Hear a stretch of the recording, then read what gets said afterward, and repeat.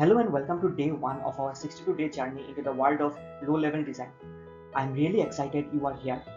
Today we begin by laying the foundation, what exactly is low-level design, why it matters, and how it fits into the broader software development lifecycle. If you have ever felt overwhelmed bridging the gap between product ideas and clean, maintainable code, then LLD is going to be your new superpower. This course is built to make you a thoughtful and confident designer. Over the next 62 days, we will go from fundamentals to real world applications, building both your design muscle and your confidence. We will mix theory, patterns, hands on projects, and peer feedback to make your learning stick. By the end of this course, you will be equipped to design systems that are elegant, robust, and easy to maintain. And you will also be ready to ace any system design interview that comes your way. So let's strap in and enjoy the ride.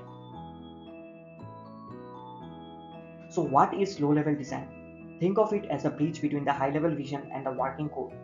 After architects define the overall structure using high-level design, which includes modules, data flow, and integration points, the low-level design gets into the details. We define the classes, the interfaces, the design patterns, the relationships, and even error handling logic.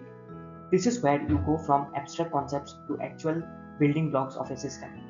Without LLD, developers can go off in different directions, leading to chaos. With it, the path to implementation becomes smooth and predictable. It's really important to understand how LLD fits into the ecosystem of software design. So here's a comparison table. High-level design is all about the bird's eye view, system modules, data flow, external services. LLD is the next level down. It takes one module and asks, what classes should we have? What's their responsibility? How do they interact? And then we have code, the actual implementation with syntax, performance considerations, and libraries. Each of these layers has its own role, and understanding that distinction will help us design systems with much more clarity. So why does this matter? Why should you care about LLD? Because great design leads to great systems. A well-structured system is easier to debug, easier to test, and way easier to scale. LLD reduces bugs by catching design flaws early. It makes onboarding simpler because others can look at your design and understand the system structure quickly. And if you are aiming for system design interviews, this is your playing field. This is where your thought process and clarity of design shine. In short, LLD is a force multiplier for any software engineer. Let's bring this idea to life with a quick example. A library management system. Think about what entities we need. A book class clearly, a user class of course. And how does a user borrow a book? Maybe we need a loan or transaction class. What are their responsibilities? What data do they hold? How do they interact? This thought process is the essence of LLD. We model real-world problems into structured, logical, object-oriented designs. This is what we will be doing throughout the course. Now let's talk quality. What does good LLD look like? First, high cohesion. That means a class does one thing and does it well. Second, low coupling. Classes aren't overly dependent on each other, so changing one does not break five others. Good LLD also follows design principles like solid.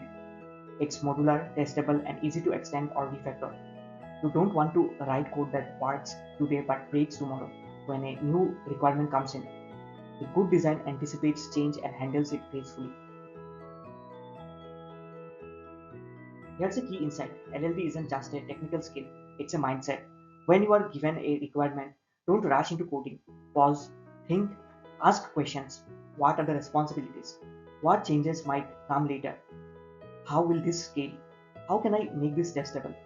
Being a good designer means thinking like an architect, even when you are writing code. And that's exactly what we are going to build over the next 62 days. Not just your knowledge, but your mindset. So what's coming up? The course is divided into 6 phases. We will start with the fundamentals, move into deep dives on design patterns, and then transition to real-world design problems like parking lots, food delivery apps, and caching systems. Then we will explore principles like DDD, cohesion, testing, and modularity. Finally, we will cap it off with a major project that brings everything together. It's comprehensive, hands-on, and deeply practical. Alright, now it's your turn. Before we move on, I want you to take a few moments and sketch out an initial design for a library system. Don't worry about being perfect. This is just a first attempt. Identify 3 to 5 key classes, list their responsibilities, and note how they might interact. Think in terms of objects and relationships. After this, we will have a group discussion to see how everyone approached it differently and what we can learn from each other.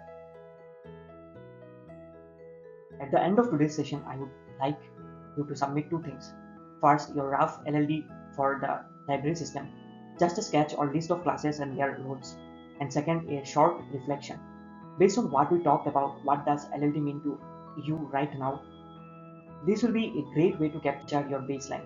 When you revisit this reflection at the end of the course, you will see just how far you have come. To wrap up, here's what I want to walk away with. LLD is where abstract ideas meet concrete design. It's not just about knowing patterns, it's about thinking in patterns. It's not just about code, but about intent and clarity. Over the next 61 days, you are going to grow into a confident, capable designer. And it all starts here.